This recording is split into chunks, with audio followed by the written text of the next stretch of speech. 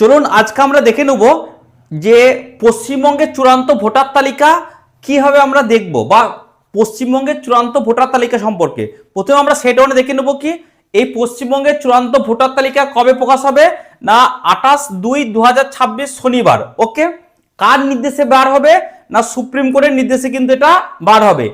3 number কে প্রকাশ করবে না প্রকাশ করবে ইসিআই অর্থাৎ election commission of India, Bangla হচ্ছে ভারতের নির্বাচন কমিশন কিন্তু এটা প্রকাশ করবে। এবার চলুন আমরা দেখে নেব অতীতে পশ্চিমবঙ্গের মোট ভোটার কত ছিল না অতীতে পশ্চিমবঙ্গের মোট ভোটার ছিল 7,66,00,000।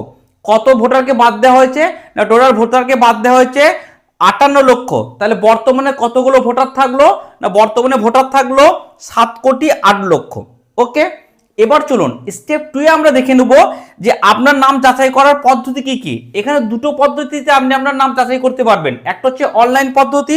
অনলাইন পদ্ধতিতে প্রথমে কি করবেন আপনি ন্যাশনাল ইলেকশন কমিশন এর অফিসিয়াল যে ওয়েবসাইট আছে voters.eci.government.in এই ওয়েবসাইটে যাবেন, সেখানে আপনার এপিক নাম্বার বা ভোটার আইডি দিবেন, দিয়ে আপনি আপনার নাম খুঁজে পাবেন। 2 নাম্বার কি 2 নাম্বার হচ্ছে ওয়েস্ট বেঙ্গল চিফ ইলেকট্রাল অফিসারের একটা ওয়েবসাইট আছে। ওয়েবসাইটটা কি ওয়েবসাইট হচ্ছে ecowestbengal.wb.gov.in এই ওয়েবসাইটে যাবেন, সেখানে আপনি পশ্চিমবঙ্গের ভোটার তালিকা খুঁজে পাবেন বা সেটাকে ডাউনলোড করে আপনি আপনার নাম খুঁজে নিতে পারবেন। 3 নাম্বার কি 3 নম্বর হচ্ছে ইলেকশন কমিশন অফ ইন্ডিয়া অর্থাৎ ইসিআই নিজস্ব অ্যাপ আছে। সেই অ্যাপের নাম কি অ্যাপের নাম হচ্ছে ইসিআই ভোটার হেল্পলাইন বা ইসিআই নেট অ্যাপ। এটা আপনি গুগলের প্লে স্টোর থেকে আপনি ডাউনলোড করতে পারবেন। সেখানে আপনি আপনার এপিক নাম্বার বা ভোটার আইডি দিয়ে আপনি আপনার নাম খুঁজে পারবেন।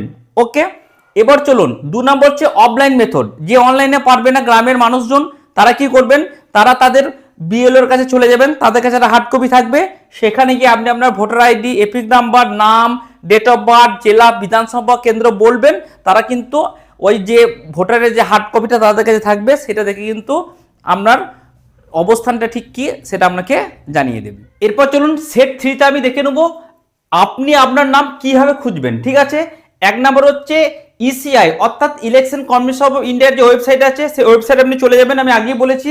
সেখানে গিয়ে কি করবেন সার্চ ইন ইলেকট্রাল রোলে ক্লিক করবেন।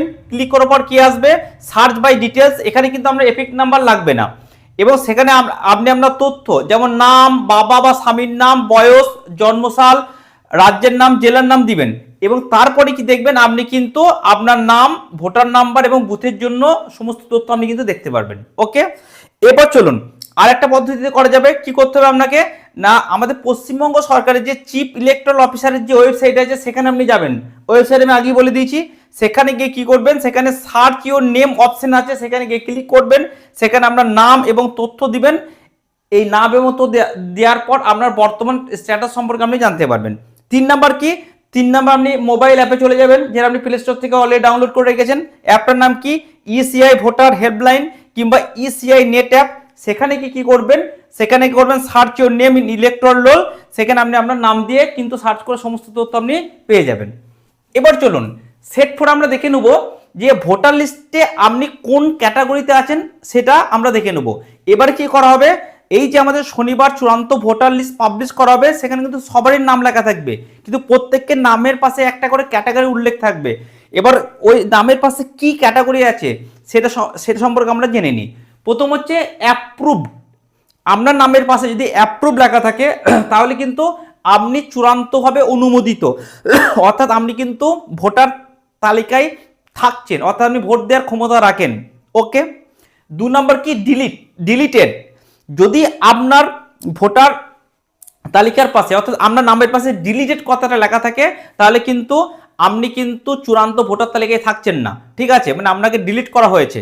এবার জেনারেলি কি হবে যে সমস্ত মানুষ মারা গেছে তাদেরই ডিলিট হওয়ার কথা উচিত। ওকে, এবং সেই ব্যক্তি যেগুলো মৃত ব্যক্তি তাদের নামের পাশেই আশা করছি ডিলিটেড কথাটা লেখা থাকবে। 3 নম্বর কি